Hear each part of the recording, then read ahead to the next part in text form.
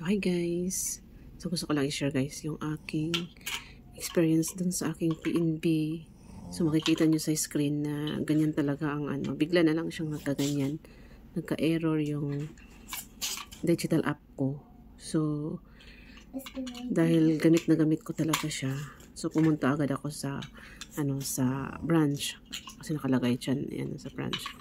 And then guys, pagpunta ko doon, talagang wala silang magagawa nung naka-entertain sa akin. No? Pumunta ko nung Friday. So, 3 days ago. And then, ang sinabi lang sa akin talaga guys is, kailangan ko magpalit ng cellphone. Sayang naman kung papalitan ko itong Vivo ko. Kasi Vivo to eh. Vivo yung cellphone ko, Vivo X70. So, kapapaayos ko lang nito. Tapos, sobrang nahirapan ako guys, na-stress ako kasi sinabihan ako nung entertain sa akin na balik na lang daw ako pagka may bago na akong cellphone. So, hindi ko alam kung anong gagawin kasi wala talaga daw silang ibang magagawa dahil mismo yung Vivo ang nag-reject sa apps na PNB. So, wala silang magagawa. So, parang stress talaga ako guys.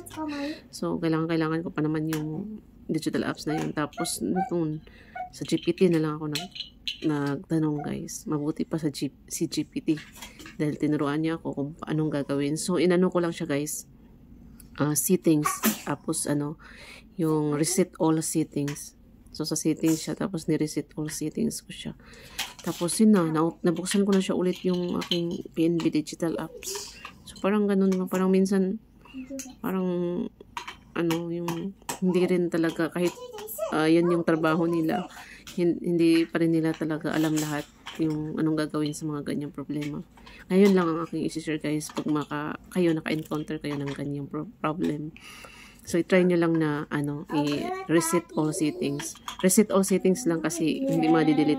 Huwag yung factory reset kasi madidelete lahat yung mo dun. Reset all settings lang. So, save ang mga yung settings lang niyang mari-reset talaga. So, yun, naging okay na siya guys. Buksan ko na siya. So, yun lang ang aking share. Thank you for watching. Bye.